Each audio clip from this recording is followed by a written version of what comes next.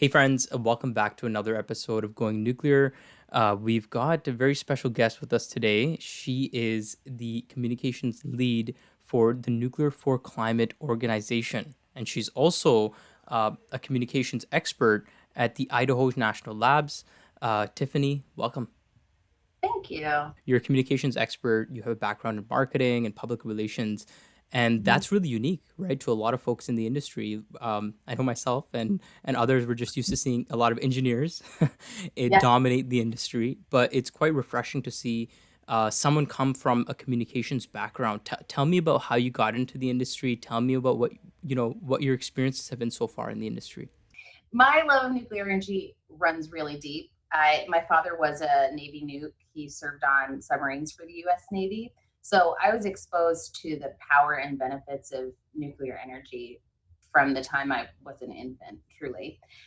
And then getting into my own career once I completed my undergrad, working in science communications, you're right. I work with a lot of engineers and researchers, and at times it was a little intimidating because I don't have a PhD. However, there's a lot of room for almost rebranding nuclear energy and helping researchers, helping engineers, almost translating their work so that it's more understandable to the general public.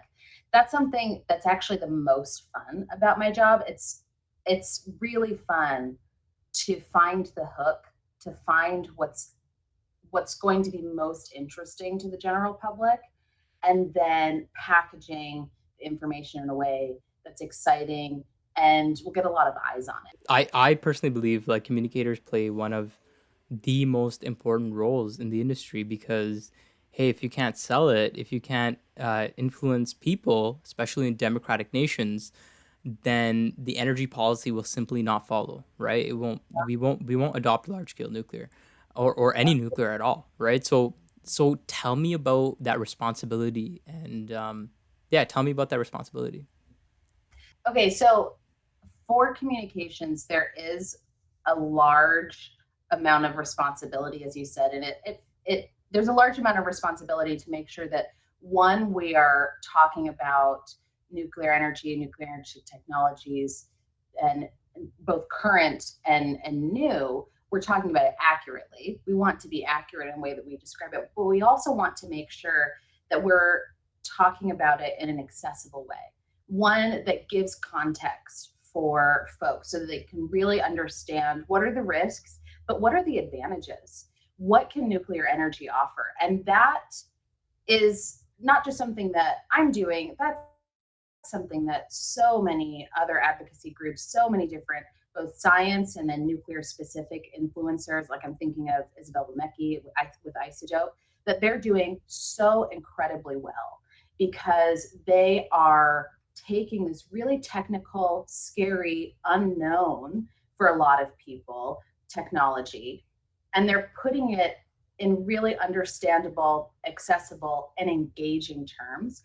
And then while there is a lot of responsibility there, like you said, there's a lot of opportunity and there's a lot of really exciting things happening in that space. It's phenomenal. Yeah, I love how you give the example of Isabel. Like, definitely, she definitely relates to that mainstream audience, right? She's fantastic. She's Yeah, so wonderful. Yeah. yeah, and advocates and groups like Generation Atomic, they're really changing the narrative and that brand of nuclear energy being that old school concrete domes that no one really cares about that running in the background to let's bring this out in the open and show how cool it is, show how forward facing it is. Tell me about your thoughts on branding of nuclear and also when it comes to nuclear for climate. What's your vision for the brand there? Sure. I think generally speaking about nuclear energy, you're right that it's like a branding problem and it's a matter of rebranding nuclear energy. And that work is ongoing. There's still, I think, a lot of opportunities available. There's still a lot of movement that we can make, but change takes time. But I think as people understand and really can feel, I mean, especially in the States, I being in Florida right now, with the massive heat waves that we're experiencing, when people can see the reality of climate change and they can see, okay, we really need to figure out how to reduce our carbon emissions, and they see that nuclear energy, in addition to renewables and other carbon-free energy sources, is a solution. I think that helps because it helps really people to see how important it is. So we need to make this change. We need to make this change 10, 20, 30 years ago, but now it's really time to make even more change. I think for nuclear for climate, our branding is, at least the way that I view nuclear for climate, is as a resource, because we're not putting out technologies, but we are advocating for nuclear energy as a whole. And we're also, I think, offering resources to folks where when they want to know more about nuclear energy, the benefits of it. And we can also address and answer the tough questions that people often have. That's how I view nuclear for climate is as a resource for folks when they're trying to find information about what carbon-free energy sources they want to support and advocate The for. delivery team is playing a really important role, representing the industry at the world's largest climate change conference, right? And Mhm. communication, the communication side of things is so important because nuclear for climate want, we got to showcase that there's presence, on the ground there, and there's representation, and there's also influence that we're trying to make. What's your vision? What are your thoughts on the day of COP or the days leading up to COP? Well, I think it's a lot of work. It's what I think because it is a lot of work. But like I mentioned before, there's it's when you are running into this is a lot of work, and we're all volunteers. We're volunteering our limited free time to do this because this is a cause we really believe in and really support, and we really see the we see how needed it is. So I think it's a lot of work. It's worth it, but I think what's exciting, especially about going to COP and kind of evangelizing nuclear energy, is that like you said, this is the largest climate policy conference ever. I mean, it brings together the people who can actually write policy and actually implement international, national changes. And that's really exciting to know that I'm going to be a part of that, that our whole team is going to be a part of that, that we can kind of have a bug in their ear and tell them about why this is so necessary, why it's important that they invest in nuclear energy, why it's important that they invest in carbon-free power, why it's important that they support if they have an existing nuclear fleet, why it's important that they support relicensing efforts. It's exciting, and it's a little daunting. I To be honest, it's a little daunting, but very exciting. What's it like working with that international team, right? I know it's phenomenal to see organizations from across the world having that same vision and same belief that nuclear energy plays a really important role in fighting climate, right? Net zero, it needs nuclear, right? Um, what's it like working with folks from technical specialists and communications folks from across the world? Well, honestly, working with Europeans, it makes me jealous of their European summers. That's the main takeaway. I'm jealous that they get August off. That's what I'm most envious of. But I think it's really my true answer, and what you should probably use. What I am taking away from working and collaborating with folks from all over the world is it's very inspiring to see that, because I just see my little corner in the States. That's what I'm focused on.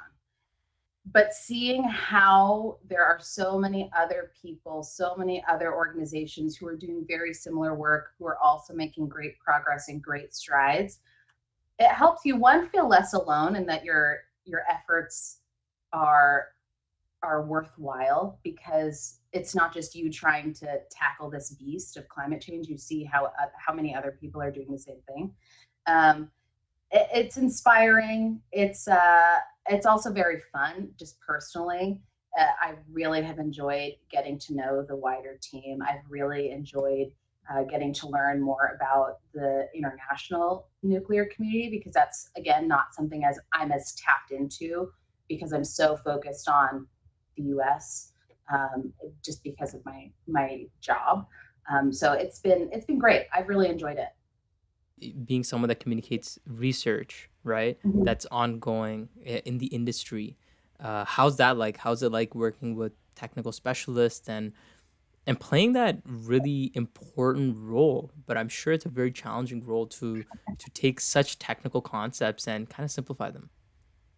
Yeah, but truly, that's simplifying complex topics and communicating in a way that makes sense to a lot of people. That's my favorite part of the job. Working with researchers one on one is my favorite part of the job, hands down, because they are so passionate about their work, and their passion is so infectious. Having them explain to me what they're working on is so fun. And it's like a puzzle almost, as I'm talking to them, as I'm getting more information, trying to find the hook of what's going to be exciting to other people is so much fun. For example, I'm working on a story about fuel fabrication right now, and the researcher leading this project, she used the term, she compared this fuel that you could really only make at INL right now at Idaho National Lab. She compared it to craft beer. She's like, craft beer, this is like craft nuclear fuel. That is such a great quote. And I love finding those little comparisons that they make, and then using that to get more people interested. And then you can talk about the hard science of it. That's truly my favorite part of it. Yeah, getting that hook and gateway into someone's interest is, I think, some really underlooked, right? Because Mhm, I could even think about the essays and things that I've written in the past for university, long reports, mhm. and Yep, sometimes that first one or two paragraphs is one of the most important pieces, um, yep. to as a gateway or to get someone's interest. So tell me about getting that hook and hooking people in. What have been some effective communication strategies that you've noticed, to advocate for nuclear technologies? I think one of the key ways, especially in science communications, especially when talking about nuclear energy, is to contextualize it. So putting it in a context that makes sense to people more broadly. For example, we talk about radiation doses that you would get on a plane compared to what you would get in a year at a nuclear power plant. It's the answer is you get way more on a plane than you ever get in a nuclear power plant. Or about bananas, I can't remember the exact figure, but or how it exactly compares. Or then comparing the size of a UO2 pellet to the size of a gummy bear. People can picture a gummy bear. They know what that looks like, and they can understand that fuel isn't this vat of green goo left on the side of the road. So that part I think contextualizing it, comparing it to something that makes sense to people is really key for science communication. Also, talking with researchers, and if sometimes they give you the best hooks, they give you the best quotes, and that can be what helps make the communication more engaging and more exciting. And then I think thirdly is also focusing on the human aspect of it. Sometimes people have really interesting stories about why they got into research, why they got into this industry, why they continue to work on this project, what's their personal mission and vision, or how it relates to their personal life. I think sometimes that's a little underrated, especially in the research field, because for researchers and research leadership, sometimes they really just want to talk about the science, which of course is important and absolutely should be included when you're working on science communications. But people care about people. And including that maybe as the hook is has never really, served me wrong. It's always been a good thing to talk about people in context of the. Yeah, I like that. I like that. Um, those different strategies for communication. I feel like there's a lot of people out there that care about people. They're people's people. I don't know if I'm saying this right, right? Like Yeah. they care about other humans, right? And their issues and their problems. And then there's other individuals who care more about the technology itself, right? Mhm. And I think kind of having a diversified messaging really helps kind of uh, target all audiences, right? Definitely. It's definitely a balance. It's definitely a balance. You can't have more one than the other. But it's an important balance to strike. For sure. So tell me about uh, for example, uh, when you're looking to recruit someone for Nuclear for Climate communications group, what would you look for, right? Like I know there's some phenomenal influencers on in the group, like Julieta Romero, right? Yep. Incredible, artist, creative. There's creatives on our team. There's artists. There's content creators. Tell me a little bit about that. Sure. So to be honest, I didn't do any recruitment for this team. I was just really lucky that this was the team that came together for Nuclear for Climate. I feel very fortunate that this was the team that was compiled. I think if I were to add to the team, having a passion for nuclear energy and for climate advocacy, I think is likely what I would look for.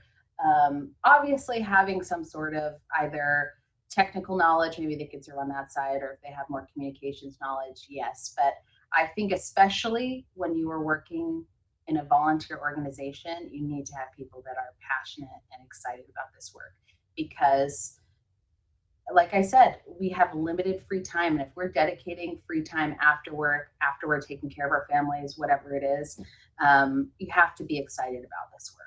Just from your perspective, there's some really incredible rising influencers right now in the industry, right? There's Mhm. folks from even outside of the industry like Isabel. There's countless right now. Are there any uh, top communicators, nuclear science communicators on your radar that you're really impressed with, and you see as those rising stars? I think the two that first come to mind that are nuclear energy specific are Maddie Hilly. I think she's wonderful. And then she's a little bit smaller, but I've loved her work, is Kaylee Cunningham. I think she goes by Miss Nuclear Energy on TikTok. And she's a PhD student at MIT right now. But I think she does such a fantastic job of really simply and quickly and transparently addressing some of the more controversial topics. I mean, the nuclear energy industry has kind of shied away from talking about waste because it's a touchy subject for folks. Understand there's a lot of considerations that have to be made when thinking about long-term disposal potentially or reprocessing fuel. I understand that it can be a complicated topic, but that doesn't mean that we have to shy away from these questions. And Kaylee does a really wonderful job of not shying away from those. And she has the expertise and the knowledge to back it up. And that's really great. One other question that I'm really curious about is, you come from a nuclear family, your father worked for the nuclear navy. Tell Mhm. me about how you kind of got into the industry. Like, what was that influence like growing up? Sure. So I just, as a kid, seeing, because a lot of my childhood was either, waving bye to my dad as he was leaving on a submarine or waving hi to my dad as he was coming back in.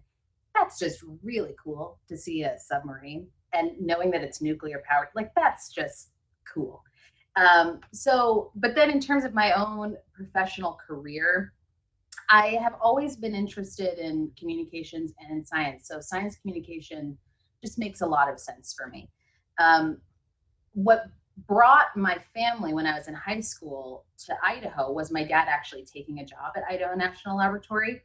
And so that was, I got to see again how interesting, varied, important the work was that was happening at Idaho National Lab. So it honestly was always my dream place to work. I always wanted to work there.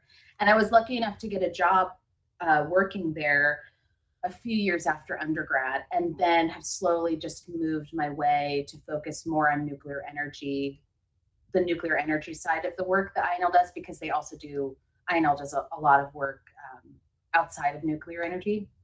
So it's been really fascinating. Um, it's been really fascinating learning about all the work and trying to highlight and evangelize all the work that INL is doing. And then, like I said, it's my favorite part has been working with researchers and learning from them, and um, and helping them get the word out about the work that they're doing. That's a really cool career path and life journey to getting where you are. Um, Yeah. yeah, so I think this has been a really great conversation, Tiffany. Really appreciate you coming out for this chat.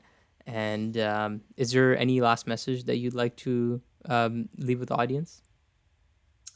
I think just if you're not, now depending on your audience, they're probably familiar with nuclear energy, but if they're not, get familiar with nuclear energy. If you care about this climate, if you care about our planet, nuclear energy absolutely has to be in the mix. It doesn't mean that we don't like other clean energy sources. I am a full fan of wind and solar. I think those are fantastic, and other renewables. We need all of it. We're getting to a point where we need every possible solution if we want to reduce the global boiling, because that's what we're experiencing now. We need everything. We need all hands on deck. We need every possible solution. So that would be my takeaway. Continue to advocate if you're in a position to continue to maybe chart a career that will help you be a part of the solution. And if you're looking for a job, come to Idaho National Lab. Check out our careers page. Thanks again, Tiffany. Really appreciate you coming up for this.